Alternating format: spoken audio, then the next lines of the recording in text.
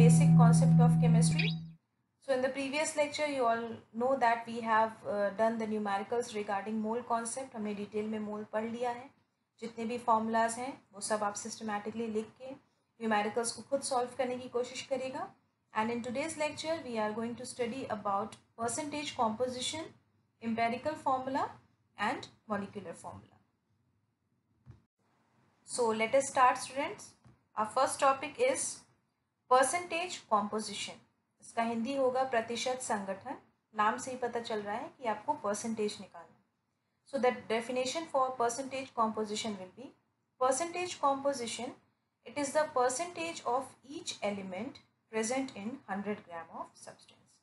ये क्या होता है? पर्टिकुलर हर एक एलिमेंट का परसेंटेज होता है 100 ग्राम ऑफ दैट सब्सटेंस में. It is very easy. So percentage composition, it is the percentage of each element present in 100 gram of substance. इसका फॉर्मूला आप देख लो. Percentage composition and mass composition of an element equal to mass of that element divided by a molecular mass of compound multiplied by 100. It is very simple. It is helpful in checking the purity of a sample. यानी percentage composition से हम किसी भी sample की purity यानी शुद्धता का पता लगा सकते हैं. By knowing percentage composition, we can calculate empirical formula and molecular formula. बिना आपको percentage composition के knowledge के बिना आप empirical formula और molecular formula नहीं निकाल सकते हो, जो कि आपके syllabus में included है empirical formula और molecular formula. So इन दोनों को पढ़ने से पहले हमें percentage composition के बारे में पता होना चाहिए. The percentage composition, it is the percentage of each element present in 100 gram of substance. So let us start. Our first numerical is find percentage composition of elements in H2O. Water molecule में आपको जितने भी elements present हैं उनके percentage composition को निकालना है. So what was the formula? Formula for percentage composition was mass of that element. ध्यान से देखो आप यहाँ पे वाटर में कौन कौन से दो एलिमेंट हैं? हाइड्रोजन है और ऑक्सीजन है. यानी इन दोनों पर्टिकुलर एलिमेंट्स के आपको परसेंटेज कॉम्पोजिशन निकालना है. तो सबसे पहले आप molar mass of water molecule calculate करेंगे. You will get it. बहुत बार हमने कैलकुलेट किया है. 18.014 u is the unified mass. So अब हम सबसे पहले परसेंटेज कॉम्पोजिशन ऑफ हाइड्रोजन निकालेंगे.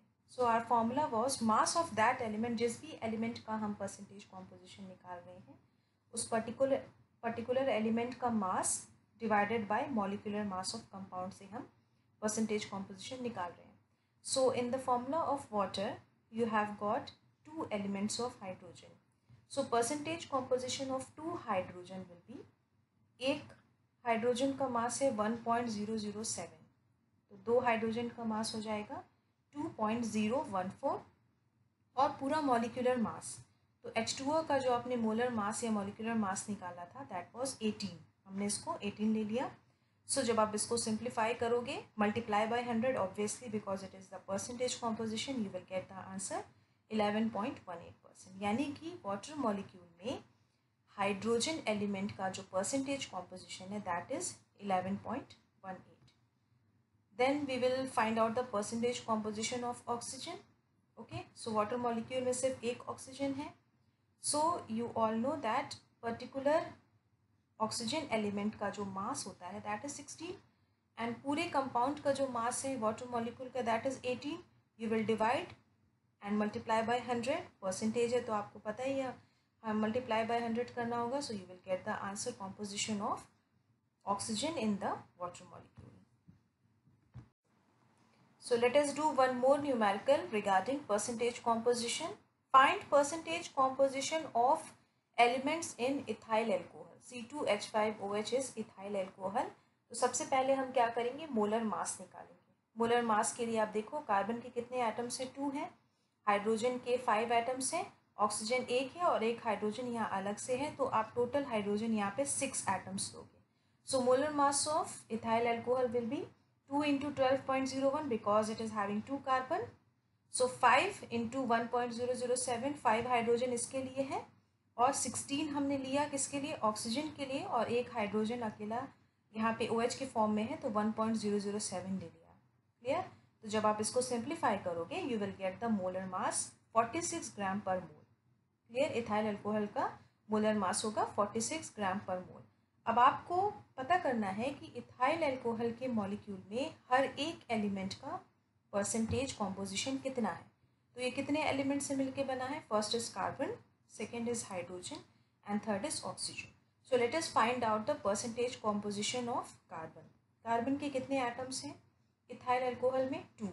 सो percentage composition of 2 carbon will be, आपको पता है formula, mass of that element, यानी कार्बन का मास, यहाँ पे 2 कार्बन है, एक कार्बन के लिए मास होता है 12.01, सो 2 कार्बन के लिए 24.02 हो जाएगा, डिवाइडेड बाय मॉलिक्यूलर मास या मोलर मास। तो मॉलिक्यूलर मास इथाइल अल्कोहल का आपने कैलकुलेट किया 46, डिवाइड कर दोगे, multiply by 100 because it is a percentage composition, you will get the answer 52.21%. So in the molecule of ethyl alcohol, the percentage composition of carbon is 52.21%.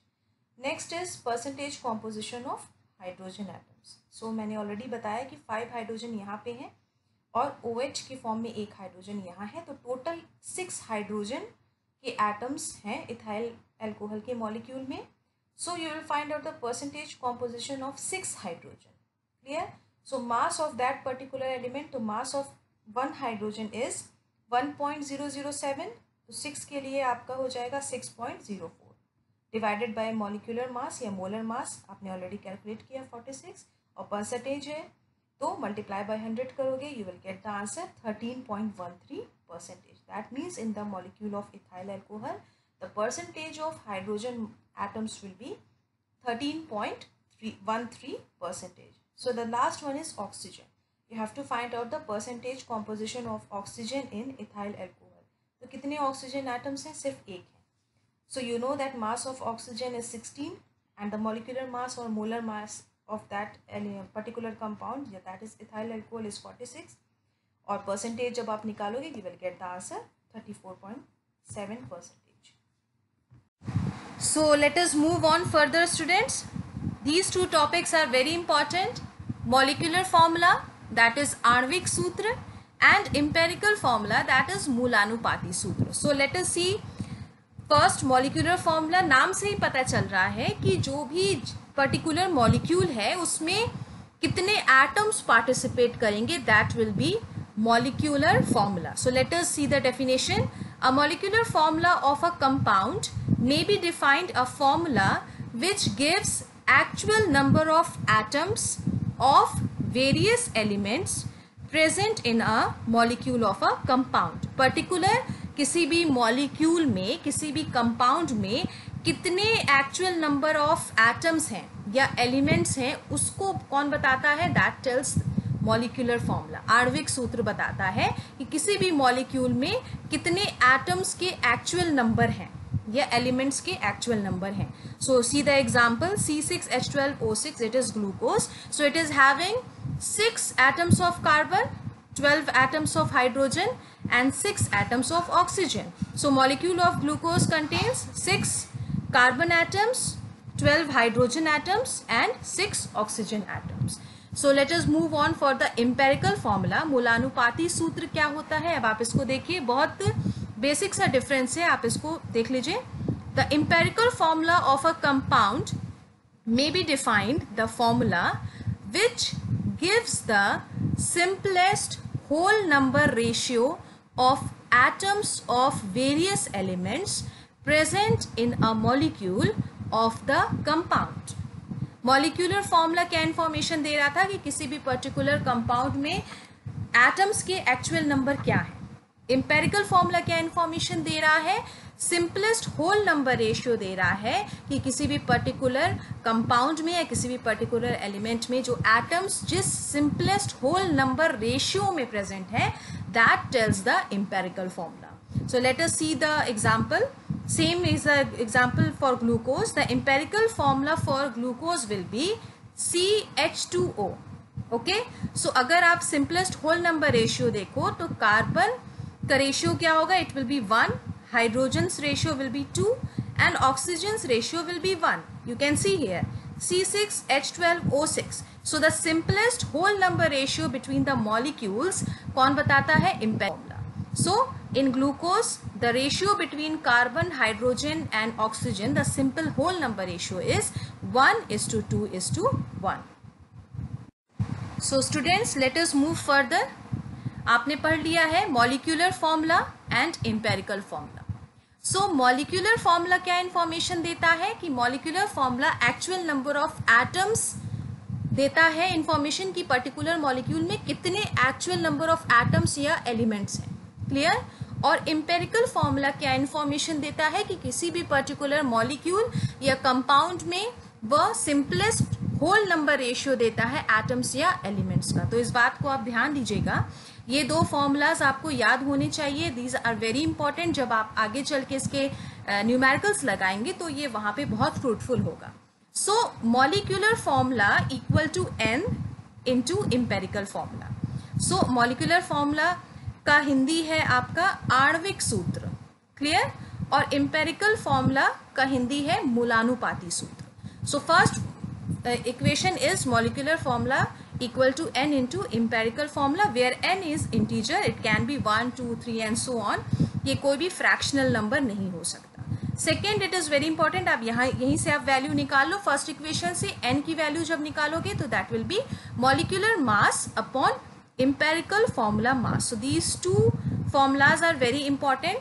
जो अभी आप आगे numericals करेंगे उसके लिए ये फ्रूटफुल होगा. सो स्टूडेंट्स, हम स्टार्ट करते हैं कि हम किसी भी अगर कोई आपको क्वेश्चन दिया है, परसेंटेज कॉम्पोजिशन दिया है, आगे आप सवाल करोगे तो उसका एम्पेरिकल फॉर्मूला आप कैसे बनाओगे, स्टेप्स कौन से हैं, इसको ध्यान से सुनिएगा. It is very easy. First step में आप क्या करोगे, अभी आप आगे चल के देखोगे स्लाइड में कि किस तरीके से एलिमेंट्स के पर्टिकुलर परसेंटेज कॉम्पोजिशन दिया है और आपको उसकी मदद से आपको एम्पेरिकल फॉर्मूला निकालना है. सो उस तरह से आप टेबल बनाएंगे. आगे आप देखोगे. पहले आप स्टेप समझ लो कि पहले स्टेप्स में हम क्या करेंगे. Divide the percentage of each element by its atomic mass. Clear. सबका अलग अलग एलिमेंट्स के परसेंटेज दिया रहेगा. तो पर्टिकुलर परसेंटेज को किससे डिवाइड करोगे आप? एटॉमिक मास से डिवाइड करोगे. फर्स्ट स्टेप है. This will give the relative number of moles of various elements present in the compound. Then second step में आप क्या करोगे? Divide the quotients obtained in the above steps by the smallest of them. अब आप जो भी आपने divide किया आपने परसेंटेज में एटॉमिक मास से, तो कोई नंबर आएगा. सपोज 1.88 आया, 0.34 आया और 2.83 आया. तब आप उसमें आप देखोगे कि सबसे छोटा नंबर कौन सा है, सबसे स्मॉल नंबर कौन सा है और उस नंबर से आप सब में डिवाइड करोगे. Now the third step is multiply the figures, so obtain a suitable integer.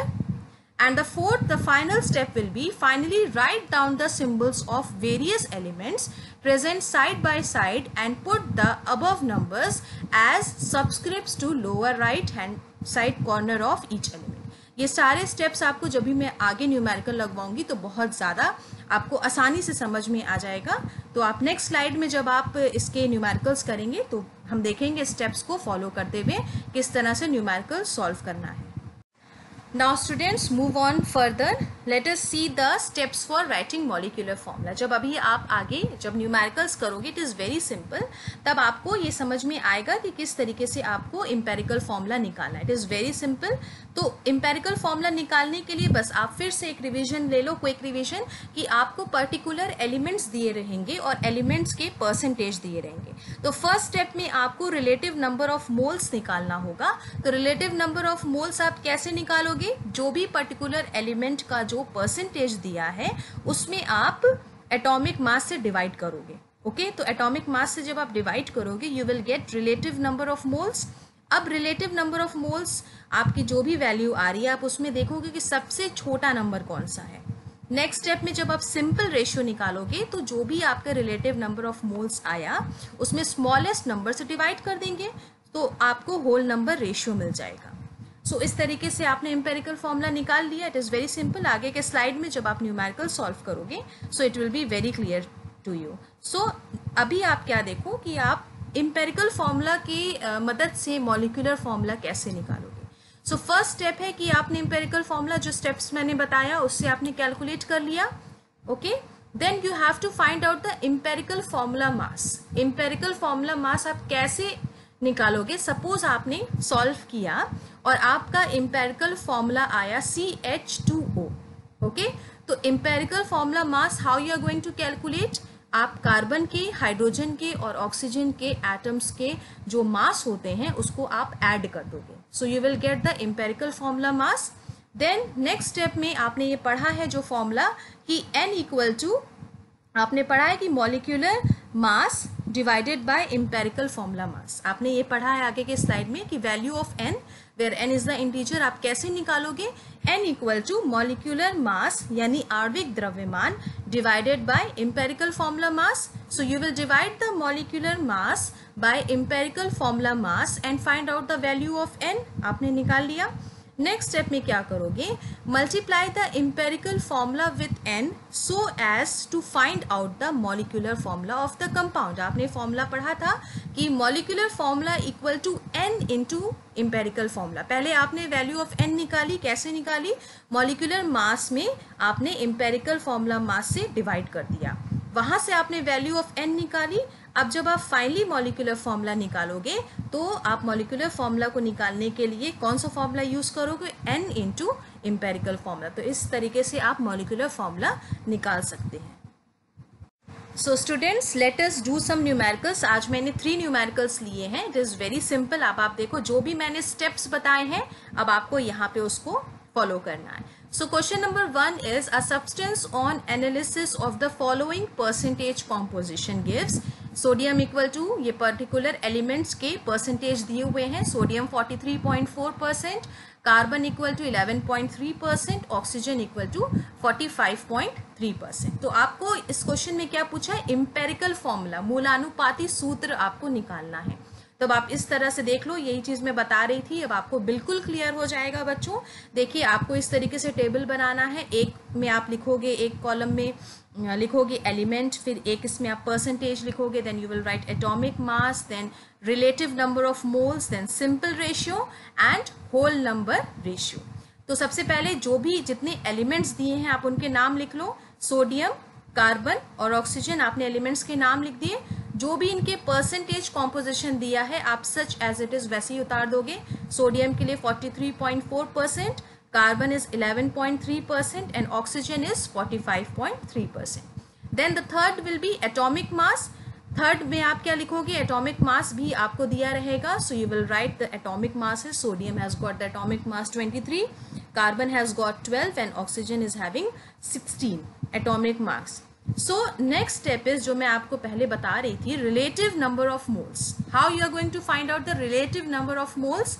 आप क्या करोगे? देखो यहाँ पे 43.4 डिवाइडेड बाय 23, यानी कि जो भी पर्टिकुलर एलिमेंट के परसेंटेज दिए हैं उसमें एटॉमिक मास से डिवाइड करोगे. यही मैं आपको पहले बता रही थी. इस तरीके से आपने देखिए आप सब में आपने एटॉमिक मास से डिवाइड कर दिया. सोडियम के लिए, कार्बन के लिए देखो आप 11.3% था परसेंटेज कॉम्पोजिशन, उसमें आपने किससे डिवाइड किया? उसके एटॉमिक मास से. नेक्स्ट ऑक्सीजन, परसेंटेज कॉम्पोजिशन दिया है 45.3, आपने 45.3 में उसके एटॉमिक मास से डिवाइड कर दिया. तो जब आप डिवाइड करोगे you will get the relative number of moles. So sodium के लिए रिलेटिव नंबर ऑफ मोल्स मिल गया 1.88, कार्बन के लिए रिलेटिव नंबर ऑफ मोल्स मिल गया 0.94 and for oxygen you will get the relative number of moles 2.83. Clear? Next आप क्या लिखोगे? Simple ratio. Next में आप लिखोगे सिंपल रेशियो. और मैंने बताया था जो भी आप रिलेटिव नंबर ऑफ मोल्स आपने कैलकुलेट किया, अब आप उसमें देखोगे सबसे छोटा नंबर कौन सा. You will see the smallest number. So इन तीनों में अगर आप कंपेयर करोगे you will see that 0.94 is the smallest relative number of moles. अब आप देखो सिंपल रेशियो आप कैसे निकालोगे? जो भी आपने सोडियम, कार्बन और ऑक्सीजन के जो भी रिलेटिव नंबर ऑफ मोल्स आए थे आपने उसको लिख दिया. देखिए 1.88, 0.94 और 2.83, और आपने सबसे smallest relative number of moles से सब में डिवाइड कर दिया. यानी सबसे smallest relative number of moles था 0.94, आपने सब में तीनों में डिवाइड कर दिया. तो आपको सिंपल रेशियो मिलेगा For sodium you will get the simple ratio 2.0, for carbon you will get 1.0, and for oxygen you will get 3.0. So the whole number ratio will be 2, 1 and 3. So empirical formula क्या हो जाएगा? Be very careful. Sodium के लिए आपने whole number ratio क्या निकाला? 2. So आपने यहाँ subscript, this is the subscript, always remember, जो डाउन आप लिखते हैं that is subscript. So sodium is Na2. Carbon के लिए कितना होल नंबर रेशियो आया? 1. So there is nothing, no subscript, no, अगर कोई भी सबस्क्रिप्ट नहीं लिखा है that means it is 1. And for oxygen आपने होल नंबर रेशियो क्या निकाला? 3.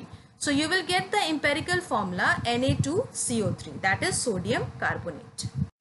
Now let us do the second numerical, question number 2. What is the simplest formula of the compound which has the following percentage? Carbon equal to 80%, hydrogen equal to 20%. If molecular mass is 30, calculates its molecular formula. अब आप ध्यान से देखो, दो elements दिए हैं carbon और hydrogen, इनके पर्टिकुलर परसेंटेज कॉम्पोजिशन दिए हैं और मॉलिक्यूलर मास भी दिया है कि 30 है, और आपको क्या कैलकुलेट करना है? You have to calculate the molecular formula. Same आप उस तरह से टेबल बनाओगे, पहले सेक्शन में लिखोगे एलिमेंट, तो कौन कौन से एलिमेंट यहाँ पे पार्टिसिपेट कर रहे हैं? Carbon and hydrogen. Percentage you will write, carbon is having 80%, hydrogen is having 20%. Atomic masses you already know that carbon का atomic mass 12 है और hydrogen का atomic mass 1 है. So how you are going to find out the relative number of moles? You will divide the percentage composition by atomic mass. Clear? तो carbon के लिए relative number of moles आ जाएगा 6.66. And when you will find out the relative number of moles for hydrogen, you will get 20. सो अब next आप लिखोगे simple ratio. Simple ratio आप कैसे निकाले थे कि जो सबसे स्मॉलेस्ट नंबर आ रहा था उसमें आप सब में डिवाइड करोगे. तो 6.66 में आपने 6.66 से डिवाइड किया, बिकॉज 6.66 और 20 को कंपेयर करोगे तो the smallest number will be obviously 6.66. तो 6.66 में आपने 6.66 से डिवाइड किया, you will get the simple ratio 1. And when you are going to divide the 20, अगर आप 20 में 6.66 से डिवाइड करोगे you will get the simple ratio 3. So whole number ratio आपको क्या मिला? कार्बन के लिए 1 मिला और हाइड्रोजन के लिए 3 मिला. सो योर एम्पेरिकल फॉर्मूला यानी मूलानुपाती सूत्र क्या हो जाएगा? CH3. क्लियर? अब आपको क्या करना है? You have to calculate the molecular formula. Clear? Molecular mass दिया है, तो हम सबसे पहले क्या करेंगे? जो हमको एम्पेरिकल फॉर्मूला मिला है, we will calculate the empirical formula mass. How you are going to calculate the empirical formula mass? Whatever empirical formula you are getting and whatever atoms are participating, उनके सारे masses को आपको add करना है. Very simple. So for carbon it is 12 and 3 hydrogens are there, so it will be 3. So empirical formula mass for CH3 will be 15. Now you have to find out the value of N. You already know that N equal to molecular mass upon empirical formula mass. Clear? ये आप पढ़ चुके हो. तो molecular mass question में कितना दिया है? 30. So आपने 30 लिख दिया और empirical formula mass you have already calculated, that is 15. So 30 divided by 15 equal to 2. अब आपको क्या करना है? आपको याद होना चाहिए फॉर्मूला की molecular formula equal to N into empirical formula. Clear? Molecular formula equal to N into empirical formula. N की वैल्यू आपने कितनी कैलकुलेट की? 2. और आपने एम्पेरिकल फॉर्मूला क्या कैलकुलेट किया है? CH3. इसका मतलब how you are going to calculate molecular formula? CH3 में, पूरे CH3 में 2 से आपको मल्टीप्लाई करना पड़ेगा. So you will get the molecular formula C2H6. I hope ये steps अब आपको clear होंगे. So students, let us do the last numerical. ये थोड़ा सा tricky है but it is very easy. आप step by step जिस तरीके से मैं पढ़ा रही हूँ आप उसको पढ़ो और बिना कॉपी और पेन के आप मत पढ़िएगा. So the question number 3 is an organic compound on analysis gave the following data. Clear? Carbon का पर्टिकुलर परसेंटेज दिया है, परसेंटेज कॉम्पोजिशन हाइड्रोजन का दिया है और बोल रहा है रेस्ट इज ऑक्सीजन. मतलब कार्बन और हाइड्रोजन के परसेंटेज कॉम्पोजिशन दे रहा है और बता रहा है कि rest is oxygen. Clear? It's vapour density is 83. Vapour density इसकी 83 है. You have to find out its empirical formula and molecular formula दोनों आपको निकालना है। मूलानुपाती सूत्र भी निकालना है और आणविक सूत्र भी निकालना है। और आपको पता है ये फॉर्मूला ऑलरेडी ये डिराइव्ड है, that molecular formula equal to 2 into vapour density.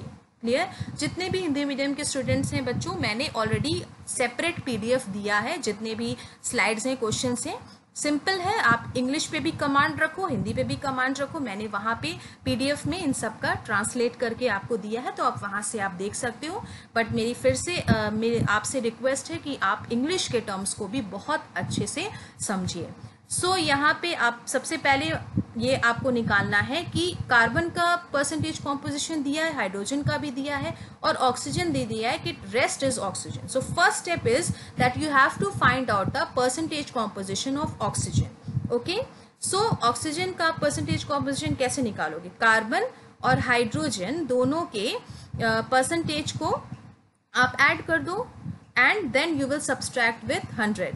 So 100 minus 61.42, you will get 38.58%. So percentage composition of oxygen you will get 38.58. अब सिंपल फिर इसी तरह से आप टेबल बनाओ जैसे बना रहे हैं। पहले में आपने एलिमेंट्स लिखा, carbon, hydrogen and oxygen are the elements. Percentage आप लिखो, जितने भी परसेंटेज क्वेश्चन में दिया है। एटॉमिक मासेस आपने लिख दिया। Now the next step is relative number of moles. Relative number of moles आप कैसे निकाल रहे थे? आप परसेंटेज में एटॉमिक मास से डिवाइड करोगे। सो पर्टिकुलर जो भी परसेंट दिया है कार्बन का, हाइड्रोजन का और ऑक्सीजन का, उसमें आप एटॉमिक मास से डिवाइड कर दोगे, you will get the relative number of moles. So carbon के लिए रिलेटिव नंबर ऑफ मोल्स आपको मिला 4.81, for hydrogen you got 3.6 and for oxygen you got 2.41. So the next step is simple ratio. अब आपको simple ratio निकालना है। कैसे आप निकाल रहे थे कि रिलेटिव नंबर ऑफ मोल्स में आप देखोगे कि सबसे लोवेस्ट वैल्यू किसकी आई है और उसमें आप सब में डिवाइड कर दोगे, मतलब रिलेटिव नंबर ऑफ मोल्स में आप डिवाइड कर दोगे। The simple ratio is for carbon 4.81, it was the relative number of moles divided by 2.41. इन तीनों में सबसे स्मॉलेस्ट नंबर है 2.41, सो you will divide it.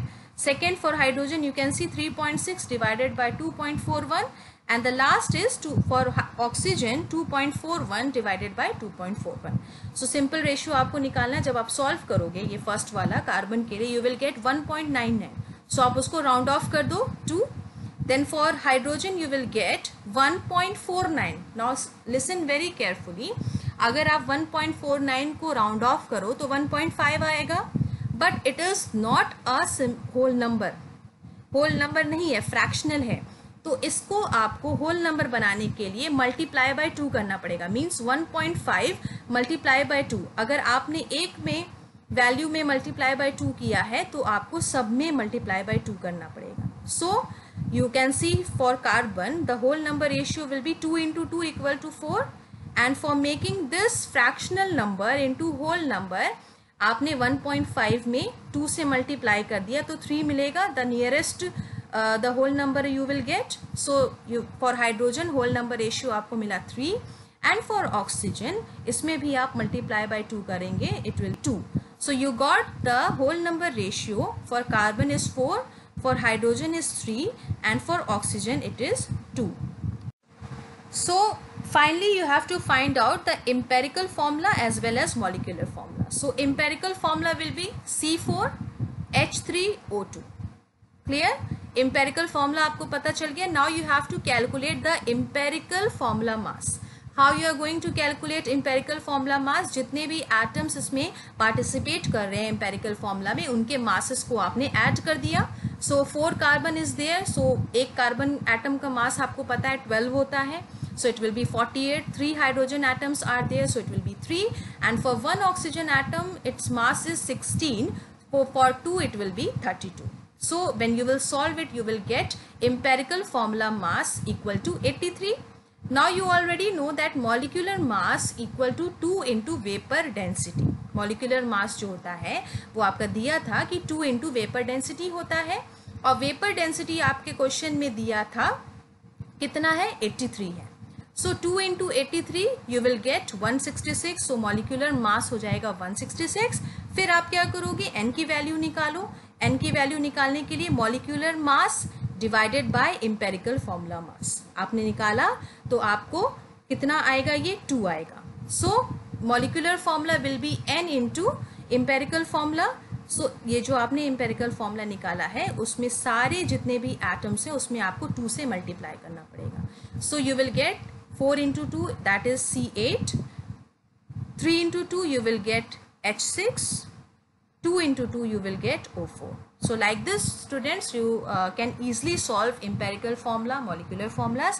They are very simple, just follow the steps and try to do by yourself. So thank you so much students. जो भी आपने पढ़ा है आप उसको systematically अपने copies में लिखिएगा और जो भी फॉर्मूलाज हैं उसको रिकॉल करिएगा। जो भी मैंने मोल कॉन्सेप्ट के भी न्यूमेरिकल्स करवाए, फॉर्मूलाज करवाए हैं, उसको सिस्टमैटिकली अपने कॉपीज़ में लिखते जाइएगा